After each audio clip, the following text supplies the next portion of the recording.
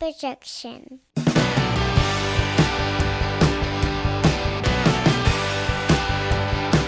It's Friday morning, and you know what that means. It's time for another edition of the Alabama Slam Podcast. I'm your host, Corey Hanna. What's going on, guys? This is Patrick Akers. And let's get into it, man. We got a couple of quick things news-wise we're going to touch on this week, and then we'll get into AE Dynamite from last night.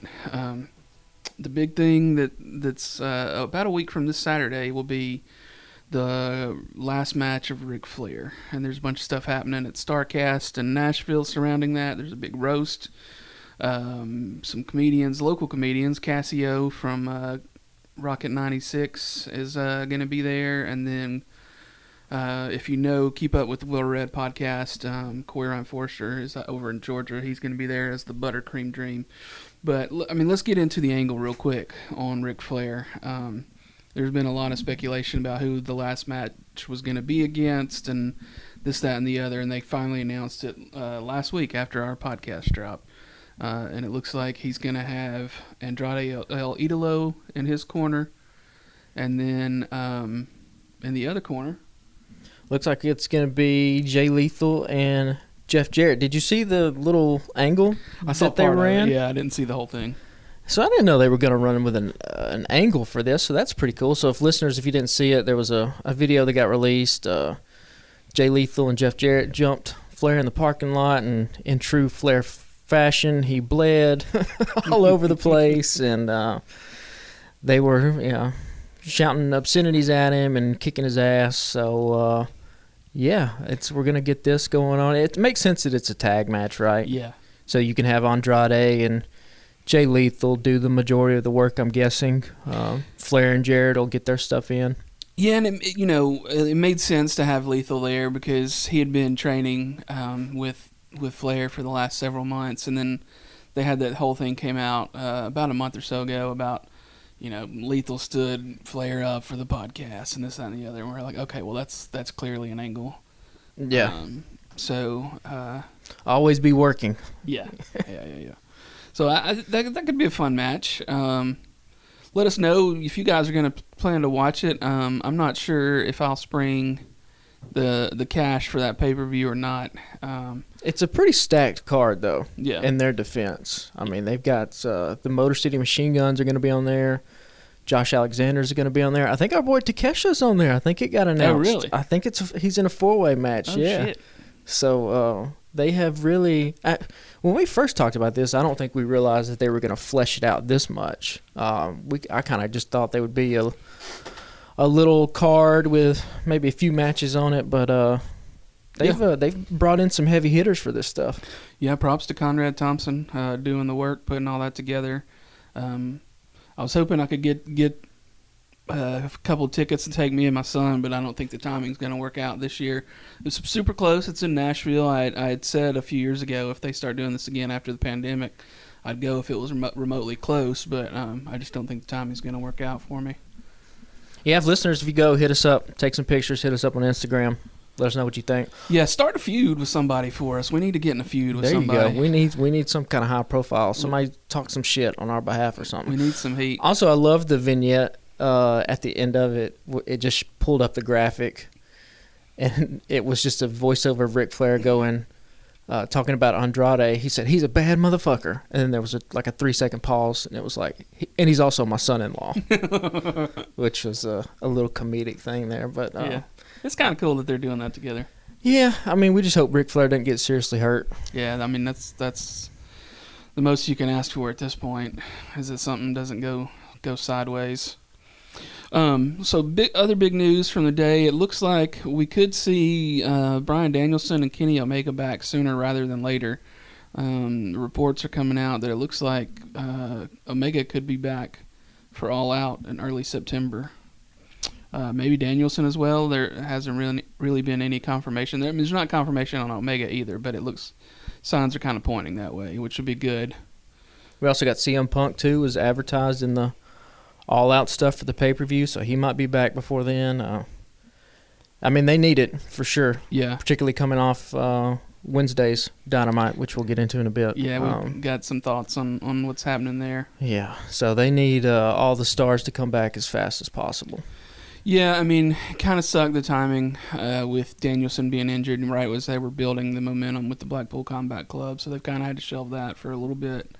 I mean, they still had some matches, but it hasn't been the huge thing that it was kind of building to be. So it'll be interesting when he's back and see him with Claudio and Yuta and Moxley all back kind of there at once.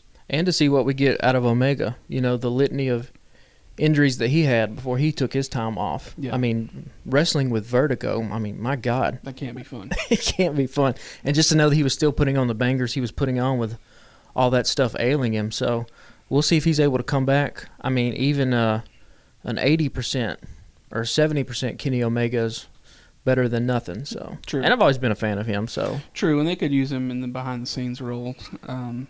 They need a little bit of assistance there. We'll probably touch on some of that as well. But And I mean, just going as hard as that dude has gone for these past couple of years, every once in a while, at the end of the day, he's still a human. The body breaks down and it needs time to recover. So hopefully he comes back, and I don't think he's going to be a shell of himself. I think if he's coming back to put on some good art, to put on some good matches. So it's exciting. Yeah, he doesn't seem to be one of those guys that's going to try to ride it out and keep going long after he should. I could be totally off base with that, but I feel like... Nah, he's a dude. He's talked about before. He's a guy that really cares about the art. So when it's time for him to hang him up, when he feels like he can't go anymore, he'll hang it up. He won't be one of these guys that sticks around. So yeah. If he's coming back, he's doing it because he thinks he's still got some stuff left in the tank. So I want to go ahead and pivot pretty quickly and get into Dynamite from last night. I started to text Patrick. We had a conversation yesterday before we left work, and he said, "I swear to God, if they put Jericho over, I'm coming in hot." And so sometimes I'll just try to text Patrick, and I don't know if we're watching at the same time because sometimes I don't start till later, et cetera, and he doesn't start till later sometimes. So I just left it at that. So Patrick's gonna ramp up in a minute. I'm in the same boat with Patrick. I don't know that I'm gonna be as heated about it, but what the fuck are we doing here with Kenny Omega not Kenny Omega, with Eddie Kingston and Jericho lasting this long? I thought this was supposed to be kind of the be-all, end-all last night. And once again, shout out Eddie Forsyth. He texted me, and he was like, "Hey, what'd you think?" And I said, "Well, I thought this was supposed to be it." And I said, "Patrick's going to be hot tomorrow." And he said, "Well, they're not going to finish this on national TV. They're going to make you pay for it." Well, I'm not fucking paying for it. This is it. I'm done with this feud. I'm not watching another Eddie Kingston, Chris Jericho match. Yeah, you will. No, I won't. If You'll they're at watch it all at out, All no. Out. In principle, no, I won't. I will do the same thing that I've done with the Sonic in Athens, which is I'm staging a strike. I'm a man of principle, and I will not watch this anymore. So this is it. I'm done. Whatever happens with this feud, Corey, you can just talk about it alone on this podcast. This was it for me last night. So you'll just skip it at All Out? I'm going to skip it. I'll go do something else. I'll make a sandwich. I'll go take a long shit. Whatever I'll fucking do. Even if they put Eddie over? Yes, I'm done. This is stupid. It's hard to have that much of a clusterfuck happen at one time. And I knew it was going to happen as soon as I saw Justin Roberts with the fucking barbed wire over the microphone. I was like, oh, they've overthought this. Yeah. They have booked this thing to death. It's kind of like, you know how, like, in those horror movies, like, someone will hear something down the hallway, and the character in the movie will just be like, it's probably nothing, and then it ends up being a fucking ghost or whatever like that. I tried to play it off like that last night. I saw the microphone. I was thinking, oh, my God, maybe they overbooked it, but then I was like, maybe it's nothing. And then I saw Ruby Soho sitting there. And she has some kind of contraption, whatever the fuck it is. And I'm like, okay. She's in charge of the cage. She's in charge. No, so now we're in real big trouble. but still, I was like, let's hold out hope. So the Eddie and Jericho do the match. They started off. Comes in hot. Jericho immediately blading right from the get-go. Not even trying to hide it on the camera. They didn't even fucking cut. I always fucking miss that. Eddie texted me like right after, was like, "Did you see the blade?" And I was like, "Shit, I missed it." Right from the beginning. And I was like, okay, well, we'll keep going. Let me ask you this, just to fucking wrestling speak. If my man's has got a microphone with barbed wire on it, holding it up against his head, why don't he just, hey, we know we're going to do this. I'm going to cut you a little bit instead of risking you seeing the blade come out on TV. Well, you want the dude who's doing it to be in charge. Yeah, because you might go too deep. And there have been a lot of deathmatch wrestlers who will do that, who will say, hey, you cut me open, and then it fucking goes too deep, and these motherfuckers get taken to the hospital for a $10 paycheck and shit, and they have to on the head. I guess that makes a little sense. On the head, yeah. So Eddie and Jericho doing their thing, and it's fine. But in the back of my head, I'm like, we're not heading to a good direction. It just feels like. And then I'll be damned if here doesn't fucking come Ty Conti. And I was like, well, here we go. The car is going off the cliff now, no brakes. And then here comes Athena Jade. And I'm like, well, what the fuck is this shit? Well, we're doing this now with this? Yeah. And then, listeners, you know what happened. Everybody saw what happened. They beat her ass. They bring the shark cage down. First of all, at least they got one thing right, which is a tried and true wrestling trope, which is nobody can fucking get the lock open. Which is AEW and locks. If you're any kind of wrestling promoter out there, booker, if you're doing a thing, don't do locks anymore. No one knows how to do it. They can't open it. Just don't rig it up to where it's not actually locked and you can just pull it off on camera. They had to cut away. Athena Jade is fucking corpsing. Part of the fucking Jericho Appreciation Society just walks through the fucking rails. Kudos to Daniel Garcia for heads up. That's why he is going to be a future star, because he's like, fuck, this looks stupid. Let me just squeeze through here. Yeah. Also, good job, AEW, blocking a whole section of fans' view from the ring by having this stupid shark cage up here. I was down for the shark, whatever, corporate synergy. You could put the shark cage up there, Shark Week, whatever. But it looked dumb as hell, and it ended up being dumb as hell. And then the car just continually rolls down the cliff with the rest of the Blackpool Combat Club coming out, and then they just all fucking disappeared. They just disappear. Like at one point, I was like, it was only a minute or two after everybody came down and all hell broke loose. I was like, where did everybody go? Yeah, because they knew this was a shit show and they didn't want to be caught on camera anymore. So they're gone. At least Santana had enough sense to just say, fuck it, he's not going to be a part of this group anymore. This shit's done got so bad, he wants to leave the company in general. And then, we get to the end. Obviously, again, we can't time out a show properly, so we rush the ending. Freaking Kingston backfists nobody, all this shit. He ends up losing. I just fucking zoned out at the end. You don't have to do this. Yeah. It's a blood feud between two guys. Just let them handle it. Why does Chris Jericho need to win a feud, a match against Kingston at all? It makes no sense whatsoever. Yeah, you've had Kingston on a hell of a run, and then this shit. Have you ever heard the term killing the town, killing the territory? Mm-mm. It's an old school wrestling term, which basically meant that, like, back in the territory days, a promoter or a booker would do something so stupid that the fans in the attendance would just be like, this is fucking dumb, and I'm never paying money to see this shit ever again. Yeah. That's what they bordered on doing with Eddie Kingston here. And it happened for me. I'm not watching another Eddie Kingston Chris Jericho match, but like, what a way to kill this dude's momentum. Yeah. When he's one of the top 2-3 baby faces in the company. Yeah, we had a lot of problems with a lot of this stuff last night. There were a couple things they got right.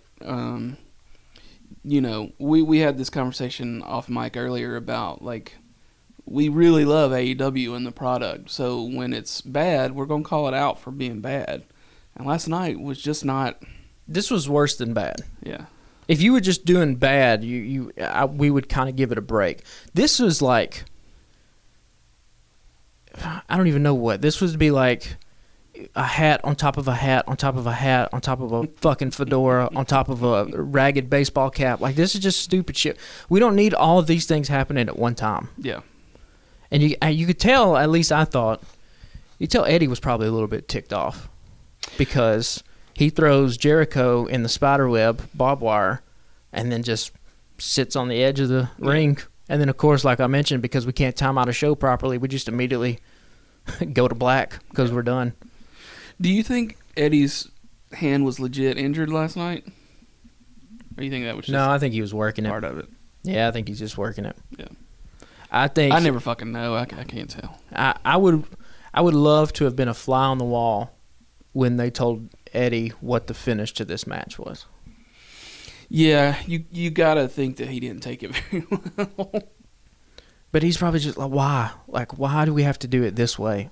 Yeah. Why do we need 15 people involved in a blood feud between what's supposed to be two people? Yeah. So, we already jumped to the main event. You typically we'll build up to it, but we wanted to get in and go hard on that segment. I knew that Patrick had a lot of shit to get off his chest. So let's go ahead and circle back. I think we've covered all we need to cover on that. Yeah, I don't want to fucking talk about that shit anymore. Let's go to the top of the show now. Brody King versus Darby Allin. They're going to kill our man's Darby out there. Darby is the wrestling epitome of here for a good time, but not for a long time. I mean, that guy, Punk has said it before. I'll say it here. If I was 14, 15 years old, this dude would hands down be my favorite wrestler. Yeah. He is, the thing in wrestling I love most about it, and that what most people gravitate to it, the best is when it feels real, and it feels like the people inside the ring, one, actually hate each other, and two, are actually trying to hurt each other. Yeah. And I don't know if I've ever seen a wrestler execute a suicide dive the way that Darby does it, where he throws his entire body He into doesn't the give person. a fuck. I mean, he's made that pretty zero. Like, he did that one through the middle rope last night. I thought he was going to fucking kill himself. And then just taking the bumps that he takes for his opponents. Yeah. Part of pro wrestling, it is a give and take. It's a dance. You want to make your opponent look good. And he makes the people he's in the ring with look like straight up monsters, the way they ragdoll him. Yeah, that Gonzo bomb at the end, I was a little concerned that he might have gotten his neck fucked up. I mean, that's a hell of a finisher. Yeah. He's not going to be able to do it to everybody, but when he can do it, when Brody can do it to those people, I mean, it looks absolutely devastating. Yeah, I mean, it was ragdollish. The way he was just beating the ever-loving shit and throwing him around. I mean, picking him up basically by the back of his pants.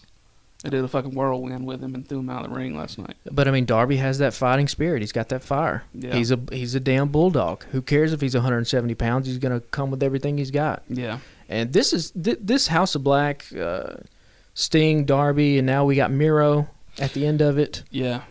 This is the best thing going on in AEW, particularly after last night's debacle in the main event. Yeah, because didn't they miss Miro a few weeks ago? They did, yeah. And then Miro, he's been cutting those promos with half the side of his face in shadow. Yeah, and he had on some weird fucking glasses last night that had. Yeah, well, if you look on Reddit, they just put some tape behind one of the lenses. But hey, But I mean, they got Sting with the mist at the end of last night too, which is interesting. Now I don't know. I probably should have looked this up before we started the podcast. So he's misted Julia Hart, who's probably the most famous one because she ended up turning into the House of Black, which they've kind of done nothing with her. Let's hope that changes. He's misted Penta and turned him into Penta El Scuro. Now he's that didn't dawn on me. I was like, why the fuck did they change his name? Yeah. Okay. So he misted went over my head. Pac. Yeah. Nothing really came for that. There was that one interesting thing where Pac came out with the like blindfold, and I was like, oh shit, is he gonna do like a some kind of gimmick where he can still sense, like he has some kind of sixth sense about what happens in the ring? So who knows if what's gonna happen with Miro or Sting, if they're gonna debut some kind of new face paint for Sting. I think that would be kind of cool. Huh. Or if it's like, or if the lore of Malachi's Mist is that like it brings out the darkness inside of you. So if you're like already dark, if you already have a mean streak and a evilness inside of you, then nothing really happens to you. Yeah. So it's interesting, but I mean, this is the best thing AEW has going because it's really the only story that they have going on. Yeah. There's nothing else that's really tied up in any kind of angle. Yeah, and you got Brody King putting Darby through tables at fan fests and shit on the weekends. Hell yeah. Keeping it going. It's wrestling. You have the internet. You have social media. Why would you not use it to advance stuff, So this is the best thing. This was a perfect way to kick off the night. This had my hopes going up so high, and then we just slowly but surely. It was like a damn, just a continual up and down. Like we would do something good, and then we would do something terrible. Yeah, I mean, there's still a couple of high points left that we will touch on. I don't know. I guess this three-way thing with with Sting and Darby, and maybe Miro maybe they'll do something at All Out with House of Black. Yeah, I mean, I would guess that this is where it's leading. A six-man. Yeah. You would think Buddy Matthews. I don't think he's hurt. I think he is in Australia. Okay. Right now wrestling. Gotcha. So you would think he's going to be back, I'm sure, by the pay-per-view. So yeah, I'm down for a House of Black versus Darby, Sting, and Miro. Yeah, I'll watch the shit out of that. Fucking Miro looks like $1 million, man. Yeah. He had that crowd firmly behind him. Yeah, his music hit last night. It popped off pretty good. Yeah. So next up, we had part of the Blackpool Combat Club, John Moxley and Wheeler Yuta versus the Best Friends. This was a pretty good match, I thought. Just beating the ever-loving shit out of each other. Trent continues to look like a fucking beast.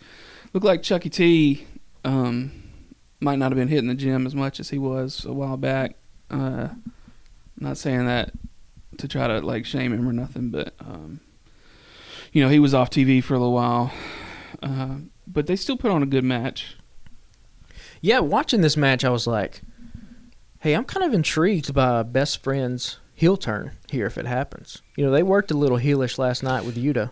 Yeah. Throwing him into the barricade and stuff, and I was like, they need some kind of freshening up because they really haven't. Obviously, Orange Cassidy is the star of that group, and Chuck and Trent really don't have anything to do. Yeah. So maybe you split that group up and have Trent and Chuck be a heel tag team. Maybe they turn on Orange Cassidy. I don't know, just something to think about. I think it could be interesting. They could pull it off. But yeah, this was a good match. One of the things I love that both Darby and Yuta have pinning combinations as primary finishing moves. I think that's so cool. Yeah. And that's something that not a lot of wrestlers have done. Yeah. And Yuta, it's a little convoluted, but when he starts getting into it and it finally ends it up and gets the guy in it, it looks great. And then also the little small detail, I don't know if you caught it, but Orange Cassidy on commentary after it happened being like, we shouldn't have taught him that, or Chuck shouldn't have taught him that. Oh, I missed that. Yeah, something like that before he got up off the commentary table. So, Yuta, he had that history with those guys. And has Chuck worn the Kentucky Gentleman gear in the ring? I don't think he's worn it in AEW. Was he wearing it last night? He was last night. I think he's worn it before. Okay. He only wrestles fucking one time every 2 months, so it's hard to. It's hard to know. It's hard to know. Yeah. Maybe I just made that up. I don't know. And John Moxley coming in last night working a little bit stiff. Some of those damn elbows he was landing on Trent. Yeah. I was like, is he giving out a receipt for something that happened earlier? Yeah, he's coming in, and maybe he was just more fired up than usual. I have no problem with the quality of the match. What I have kind of a problem with is just why is the AEW World Champion tied up into this? This could have just been Yuta and versus one of those guys. Yeah. We're not doing anything with the title here. We're kind of just spinning our wheels. Now, obviously, it's probably because we want to get Moxley and Punk at All Out. Without him being fucked up in some way, injured.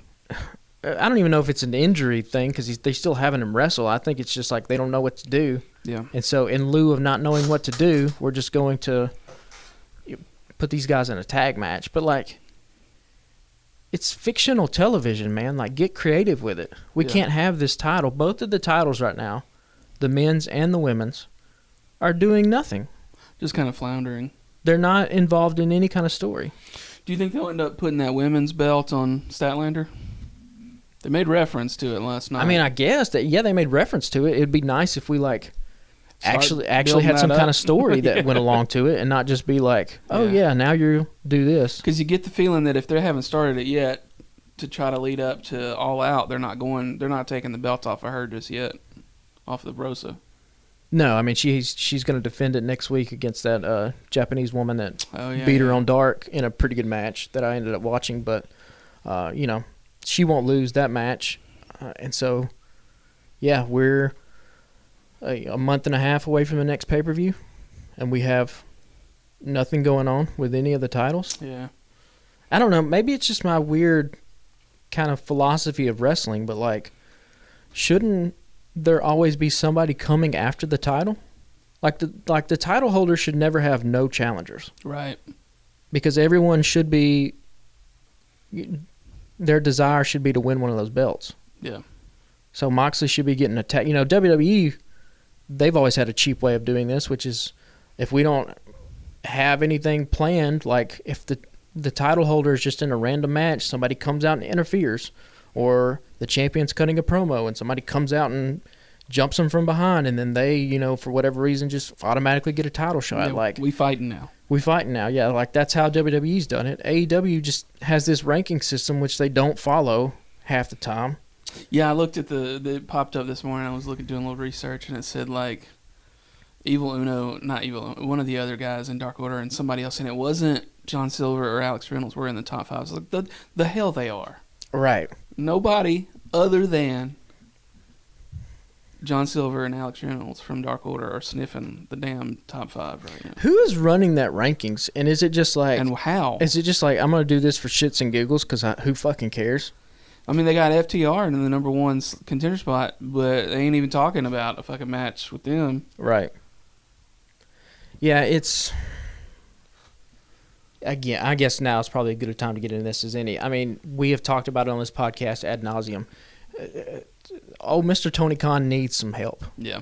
He needs a writing committee, a group of 3 or 4 dudes that he can pitch ideas off of, that they can pitch ideas to him, so that we can keep some of this stuff going, because it has to be too much on the dude.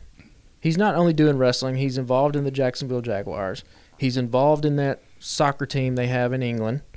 And now with this Ring of Honor thing, he's throwing shit against the wall for this Ring of Honor card that's coming up. Yeah, spread thin. So, like, we just need something. We need some common through lines. And we need some stories, man. And I'm not saying that AEW has to go the way of WWE, where literally everybody's involved in an angle. But we need something. Like, we can't have the 2 champs floundering around doing absolutely nothing. Yeah. Speaking of champs, let's move on. We'll take a little downturn here after coming off the first 2 matches, which we really liked, into this nightmare of a segment with Swerve and Our Glory, their championship ceremony or whatever they called it last night.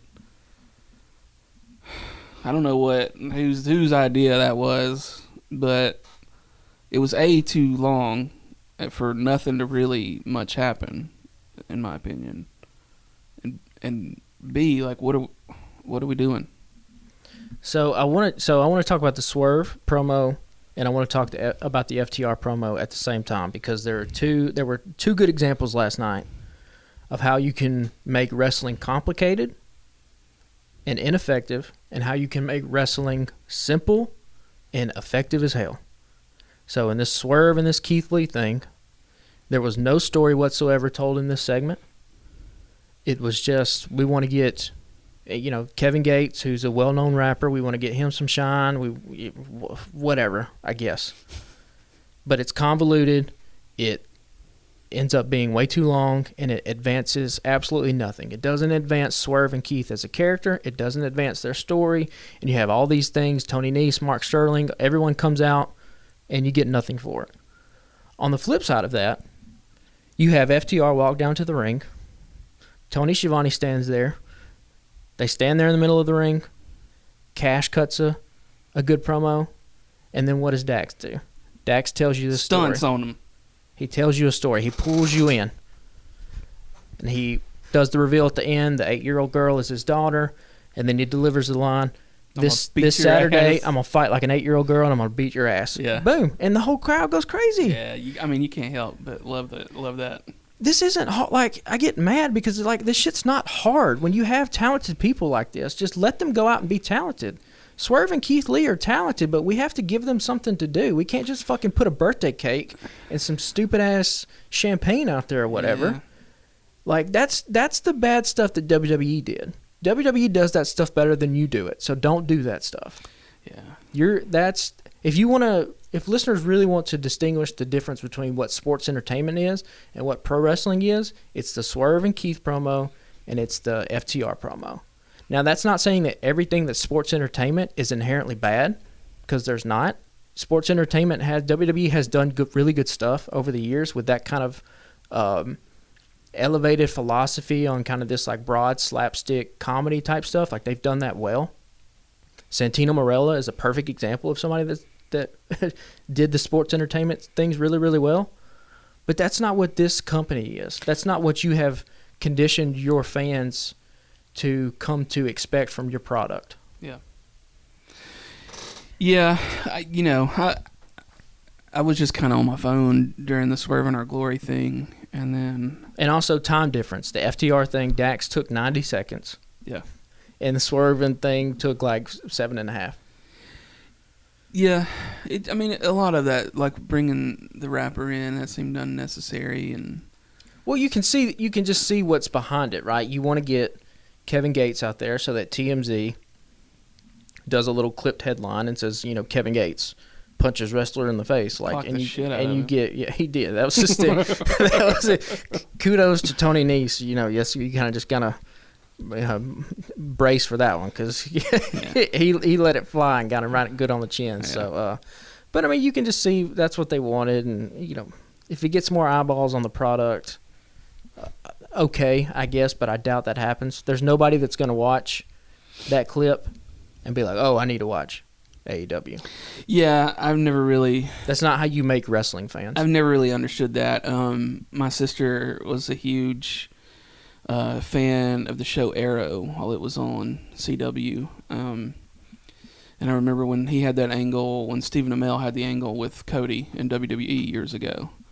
My sister would tune in, watch it long enough to see the Amell angle, and dip. Like, nobody's going to tune back in. But the Amell stuff is a good example of how you do good sports entertainment, because he actually wrestled. Yeah. Well, that's probably not the best example. He got wrestling. But I know what you're talking about. Like, there are good ways to bring celebrities in. Yeah. Logan Paul, Bad Bunny for WWE. Those are good examples about how to do that stuff. Yeah. If you're going to use them in an angle. Use them. Yeah. Don't just have them come in. Or just, there's been plenty of times where they're like, hey, so-and-so's here in attendance. Here's 3 seconds of fucking Kevin Smith and Jason Mewes. Bam, get in, get out. Well, last night you had another perfect example of that. Jermaine Dupri comes down to the ring with Stokely and Jade and Kiera Hogan, and he just sits ringside. That's all you need. Yeah, just be an MVP. That's all you have to do. Yeah. And that's a good angle with Stokely, too. Anytime you can put him on TV is a good time. Yeah, Mark Sterling was in this segment we're talking about, and we kind of shit on it, but like I like Mark Sterling a lot, and he did as good as you could with that segment, what he was given. You need guys like Sterling and Stokely Hathaway. Yeah. Bit players that you can throw in. If you have a wrestler that you like, but maybe they're not great on the mic, well, that's where one of these guys come in. There really has, outside of Paul Heyman, there really hasn't been. Wrestling as a whole has kind of gotten away from managers. You go back and watch 80s, 90s wrestling. It's chock full of managers. Yeah. AEW's piddled with it. They brought in Tully pretty early, and then later brought in... Yeah, but Tully was... I love Tully, but that's way past... they're still doing the Tully stuff with Tully Blanchard Enterprises, but like... Yeah. And he was also paired up with the wrong people. Yeah, he was in with Sean Spears, and then they weren't on TV forever. And he was also Dax and Cash. Yeah. Like, if there's two guys that don't need a manager, it's those two guys. And then, you had Taz, which they've kind of gotten away from all that, which I like, because I don't like the idea of, like, Taz managing a stable and then being on commentary as well. And Taz hasn't really been with Team Taz. I mean, they're sort of their own deal now outside of that. Yeah, and I mean that's probably a good call to kind of peel them away. I do like the, you don't have to call them Team Taz, but I do like that there's history. Like certain commentators have history with certain guys, and curtail favor to them. I mean that's kind of cool. You can have. I mean it's like with anything in life. You have relationships with people, and sure. Curry favor to them. So, yeah, it's all good stuff. And our boy Ricky's finally getting some shine. Yeah, on TV. Let's skip over. We'll ping pong around a little bit. Let's get, since we were on the Team Taz thing, let's get into the FTW Championship. I was glad that they spent 60 seconds. That's all it really took last night for. Like, if you haven't watched the show and you're just jumping in, you're like, what the fuck is the FTW title? And why are they not defending it? Because they haven't defended it in fucking forever. Like, Ricky Starks has just been running around with it for the last year after he won it from Ryan Cage. And I just knew it as like a belt that Taz came up with back in the day. And then last night they say that there's, Starks is only the fourth person to hold that belt, which I thought was interesting. But, now we had an open challenge last night with Cole Carter, and then the way Ricky Starks worded it, and I knew they did that, it made it sound like he was going to fight somebody else last night. And then Danhausen walks out. He's like, no, I'm not trying to fight you right now. But I'm like, well, that's the way you worded it, and that's the way everybody in the ring worded it, But it is neat to see them having a challenge for that now and trying to make something of it. And you've got an idea about why they're doing that. Oh, yeah. Ricky Starks is turning babyface. I mean, babyfaces or heels don't do open challenges for belts. So, and you even heard it last night. Like, Ricky comes out and the crowd pops. Yeah. Way more people than what had popped before, because this AEW fan base just appreciates good wrestling. They appreciate when guys are good. You and I were talking before this podcast. Is there really an outstanding pro wrestler in AEW that gets booed? MJF is a special case. MJF is probably the only one. But he's a special case, and he is, obviously you and I, we both are head over heels with MJF, and they need to do something with him soon. But, like, other than that, anytime someone starts doing good stuff in the ring, they get cheered. I mean, that was the whole reason why FTR turned. Yeah. Is they just started giving them TV time, and they started putting on banger matches like they can do and awesome promos. Yeah. And the crowd just gets behind them. I mean, the same shit happened with Yuta. Same exact thing happened with Yuta. Yeah. And you can feel it happening with Takeshita. But Takeshita was brought in as a babyface. Yeah. Wheeler was too. I guess FTR were bad guys. Yeah. So yeah, I mean, we talked about last week how much we love Ricky. I don't. Just if you really want to dig into the weeds about what makes Ricky great, he's not doing flips and tope suicidas and all this high spot stuff. But his fundamentals are just down. Like, at the end of the day, wrestling is a vehicle for storytelling.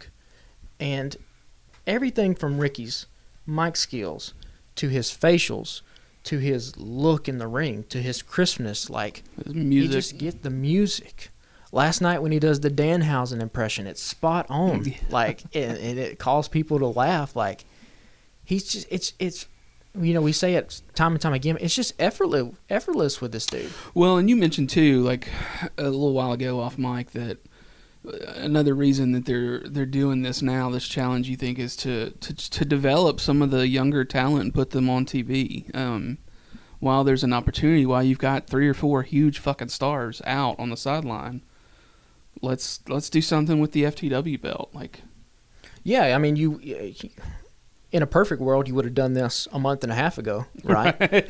And not waited until now to do it. But, I mean, pro wrestling is like any other sport. You have a favorite football team or a basketball team. Somebody gets injured. Somebody has to step up.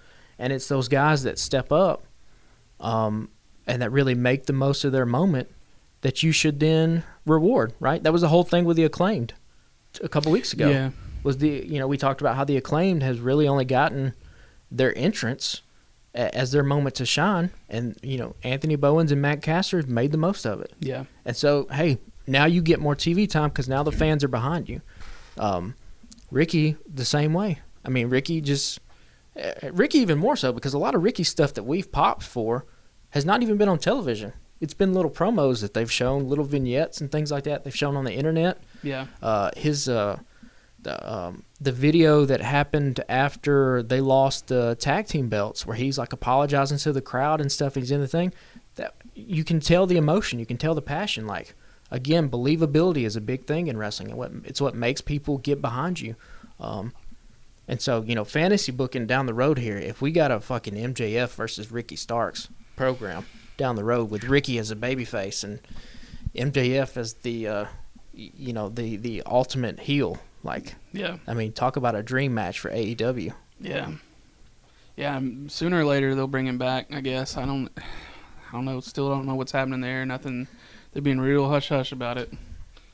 Yeah, I mean, I guess it's up for each individual person to decide if it's kind of fizzled out at this point. But I mean, we can debate that, but we all know the minute MJF's music hits and he comes back to the ring, I mean, that whatever arena he's in is gonna get the roof fucking blown off of it. Yeah. Do you think they'll eventually put one of the belts, like the TNT title or something, on Starks? I mean, I don't know, because a guy that is also in Stark's situation, you have a guy like Wardlow, who is the current TNT champion. Yeah. I figure they'll leave it on him for a while, because who the fuck's going to beat Wardlow at this point? Right, and you would have to, in the same way that MJF lost to put Wardlow over, whoever goes over Wardlow is going to be a guy that you're really trying to elevate up to the next level.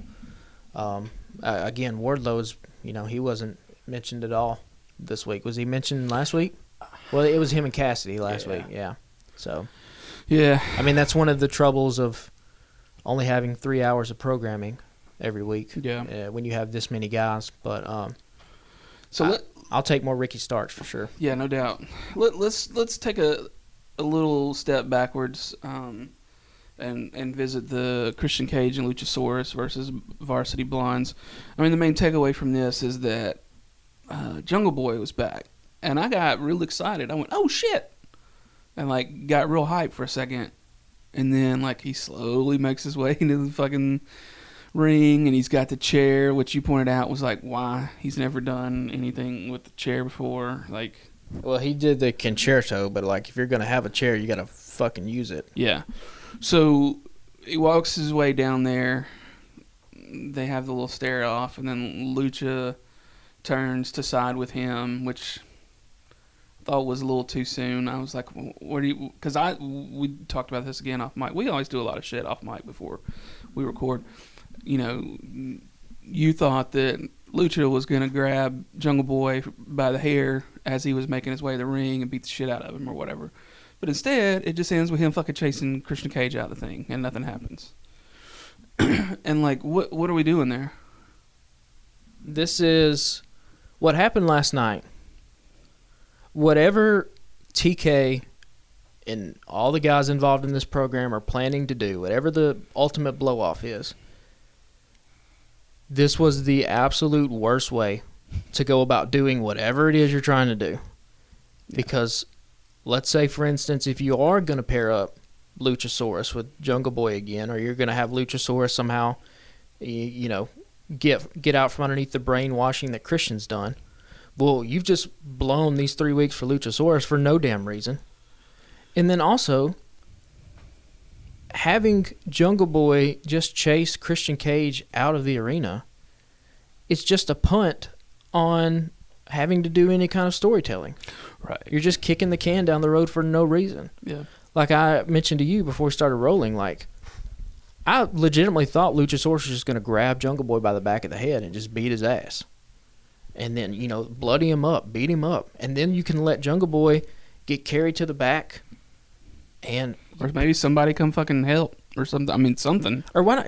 Jungle Boy gets carried to the back. He's beaten and he's bloodied. And there's a camera there. And he, fucking shoves the doctors away and cuts a promo on Christian Cage talking about how he's going to beat his ass. Like, after as much stuff as what Jungle Boy has taken, he took the concerto and he's had weeks now of listening to Christian just run down his father and other people on that roster. Like, you have to come out ready to whoop some ass. You can't just waltz down the ramp. Like, that's not how you're not going to get this dude over this way. Yeah. That you're going to have to. We talk about this all the time. Baby faces have to show fire. They have to show a willingness to get in there and kick somebody's ass when it comes down to it. And, like, you just waltzing down to the ring and standing there in front of Luchasaurus. Makes me wonder if he's maybe not all the way healed yet and they weren't ready to do anything. But I'm like, why bring him in? Don't bring him back then. He can stay off TV for another week. Yeah. Yeah, I don't know. It'd be interesting to see what happens there. I've been a Jungle Boy fan since the beginning, but I don't know. But they're gonna kill this angle before it gets started. Yeah. Not saying that. Obviously, you don't want Jungle Boy just to run down the ramp and start beating the hell out of Christian right now, right? Before they even have some kind of match. But, like, you have to do something. Yeah. He can't just chase him out of the arena. That's so stupid. Because in kayfabe, what happens when they get out from earshot of or from the sightline of the cameras? Yeah. They just keep running? Yeah, I mean, sometimes they'll do that. They'll have another camera somewhere in place. But, no, it's just like, out of sight, out of mind. Them motherfuckers are gone. Gone. Like, they just stopped. Yeah. Like, again, fucking wrestling's not hard, especially when you have these talented people. Yeah. Just make it, it seems like the main theme of this episode was, let's make things complicated for no reason. It doesn't have to be complicated. I feel like the name of this episode should be called, What Are We Doing Here? That may be what it's called. Haven't decided on that yet. Let's get into the last. Well, it wasn't the last match of the night, but the last one we haven't really touched on was there was a nice tag team match with Athena and Willow Nightingale versus Jade Cargill and Kiera Hogan. And you pointed out earlier that there was an African American lady referee as well. So that was a dude. Yeah. Oh, a dude. Yeah. Dude, sorry, yeah. But I mean, still, like, that's pretty cool to see something like that in wrestling, because that kind of thing doesn't happen a lot. Yeah, TK took a little bit of heat a couple years ago, or maybe I think it was last year, for the way he handled, now I'm blanking on the woman's name, Big Swole. Yeah. The way he handled that whole situation, which he did come off in a bad light in that kind of situation. But, like, I think pro wrestling is an interesting art form in the fact that it is fictionalized and you can create these stories. And so having a diverse roster, having diverse representation within the stories that you're telling, I think is an important thing. So having 4 black women in the ring at one time, that's a big time thing. That's a lot further than what WWE has done in their first 3 years of them being a company. They weren't anywhere close to that. Now, granted, it was a different time, long time ago. Sure. I mean, but still, they're not making a ton of strides over there. Yeah, and I mean, even Swerve and Keith Lee, Yeah. 2 black dudes who were champions, These I think are a big deal. And in terms of the match, like, I thought this was a really good match. I'm really intrigued by Willow. Yeah, it was a banger, I thought. I mean, it's the best women's match they've probably had in a while. And Jay, I'm intrigued by Willow. I think there's something there. Not saying that they need to rip this off completely, but she has, like, Bailey type vibes to her with her infectious personality, that kind of thing. I've always been a fan of Athena. Her finisher off the top rope with that stunner, like, when it hits well, like, fuck, It's a thing of beauty. And, like, Jade, you can see the improvements with Jade in the ring. And, like, my God, she looks like a star. Yeah. I don't see them taking the belt off her really anytime soon. That was the thing, they hinted at maybe the belt, the World Championship going to Chris Statlander, and then maybe Athena ending up with the TNT title from Jade at some point, which could be interesting, but I don't think it happens anytime soon. Yeah, and Athena and Jade, in the short time that they were in the ring, looked like they had pretty good chemistry. Jade hasn't really had that awesome match yet that she can put on her resume, and I think Athena can give that to her, because Athena is, she's been in wrestling, I think, she's a good worker, well over a decade now. Yeah. And they can do the play between, Athena giving up a lot of size, having to use her quickness, Jade being the much stronger, much bigger athlete. So Kiera Hogan's the only one that really didn't do much in this. I really haven't seen anything from her that would lend me to believe that she's going to be any kind of an impact player.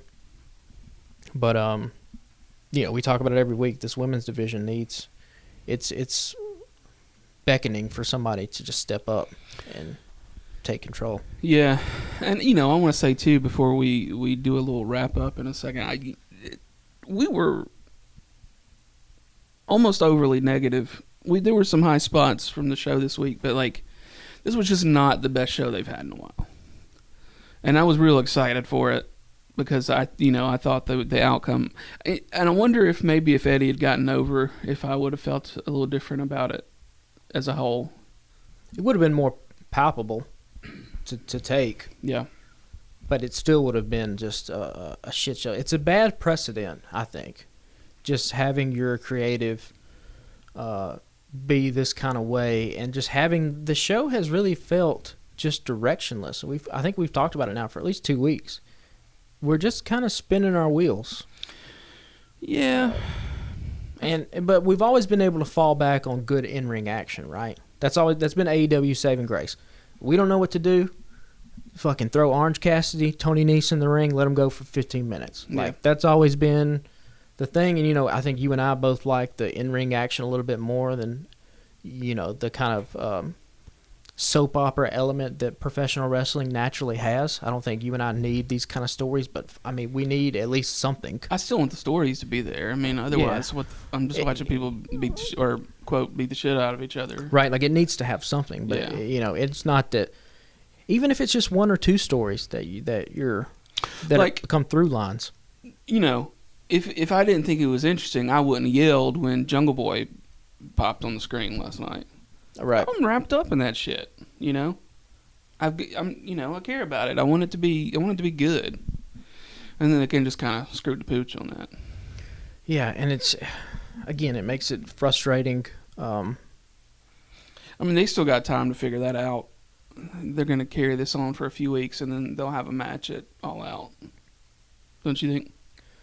Who, Jungle Boy and Christian? Yeah. That's where it's headed to, All Out. It's again, that's what everything's kind of. We're just kind of waiting until September. Yeah. But I guess my thing is you have all these talented guys, and the fact that you can create any kind of story you want to create here out of this thing. So if we have these injuries to people like Danielson and people like Omega and people like Punk, let's use some of these undercard guys, and let's try to see if we can't pop something off and make something interesting happen. We can create. It's a story. We can fucking do whatever we want. Yeah. We're not bound by anything else. So if we would have had, if this would have been the 2 months of Ricky Starks rising up in popularity to a main event level, that would have been a really interesting story. Yeah. But instead, we just kind of float along and kind of do really nothing. And have Thunder Rosa be a part of this Thunderstorm tag team and continually have her cut these awful promos. She cannot talk on the mic. Stop with her. Yeah, we know that Dustin Rhodes is her coach and that sort of thing, and they've got a relationship. Why not fucking put Dustin Rhodes on the mic? Or if you want to do these open challenges, why not have Thunder Rosa have an open challenge? Yeah. And just put her on the card every single week for 10 minutes. That's where she excels. She's got a lot of fire about her inside the ring. She's got a cool look, a cool character. She just can't cut a promo. So why do we keep putting her in this position? She's not going to improve. If she hasn't got it down at this point yet, she's a little bit older than a lot of the other girls. She's just not going to get it. So let's quit putting her in this position.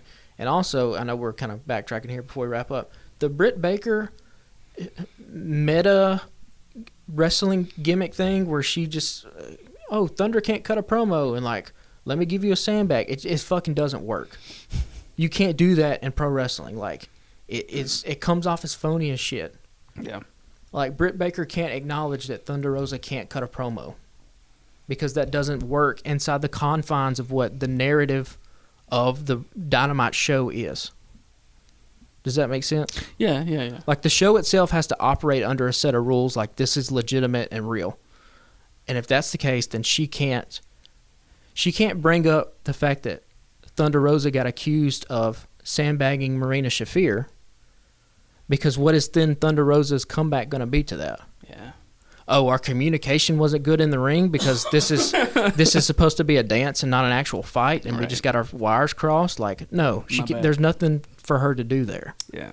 And part of what a heel's job needs to be too is that, like, you can't just always bury your opponent, because if you beat that person, then you've beaten a nobody. Yeah. Like, you have to do this thing where you elevate your opponent and elevate yourself at the same time.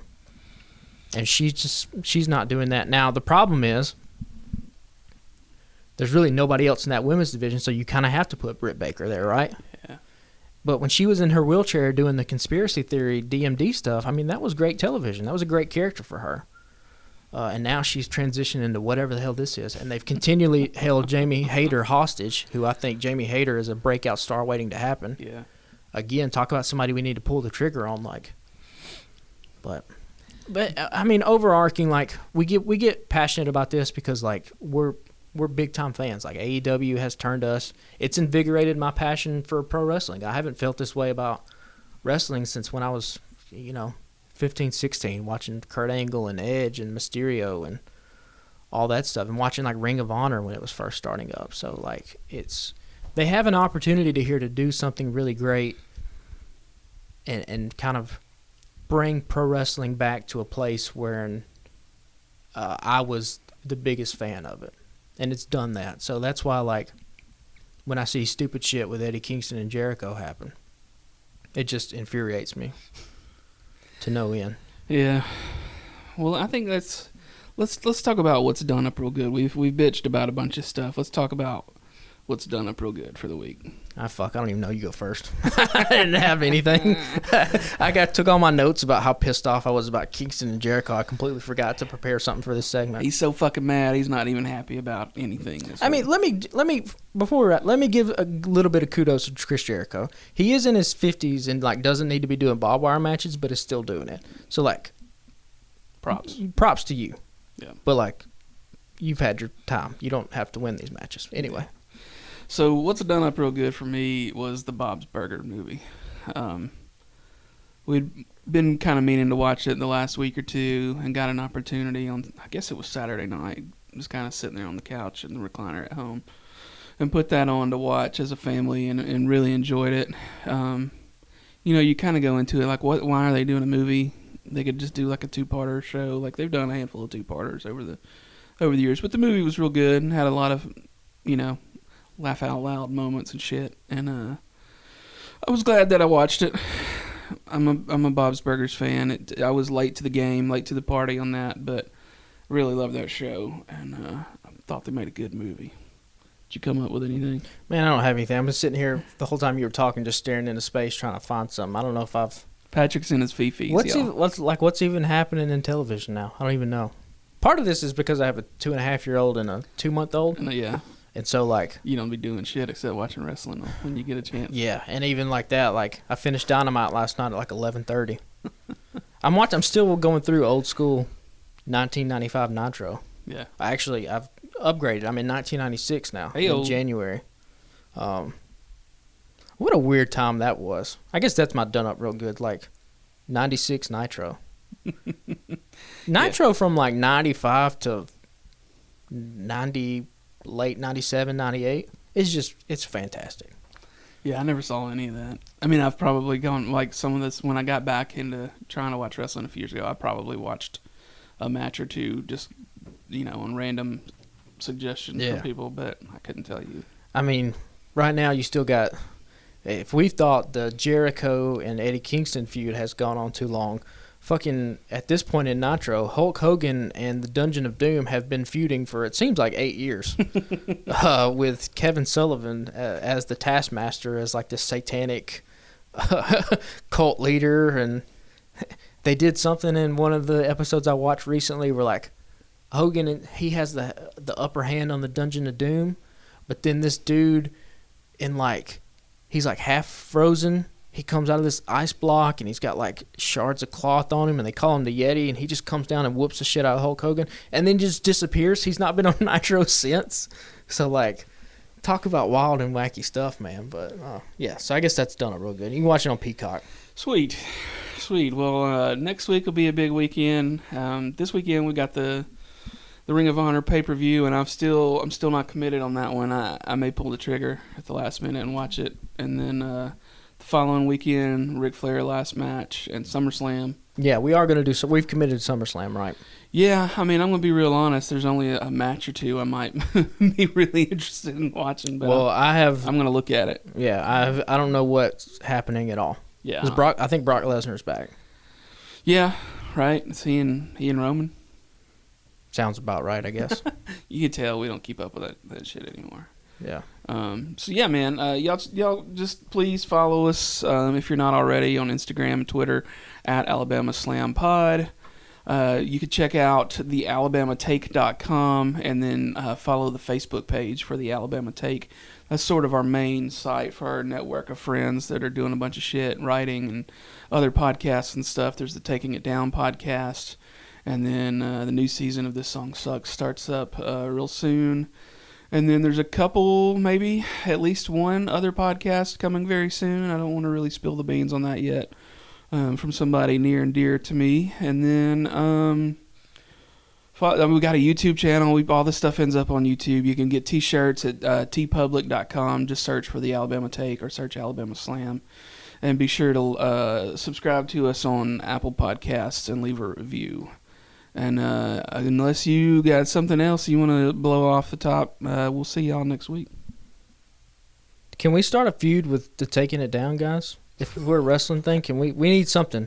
We do need to feud somebody. If y'all got any suggestions on somebody we can feud with, preferably in wrestling, we don't necessarily probably need to feud with anybody in our own network, but we could. There's somebody out there, I'm sure. we could feud with somebody. There's a handful of wrestling podcasts I've started following on Instagram. We need to feud somebody. We need to stir some shit up. But yeah, y'all tune back in next week, and we'll see y'all then.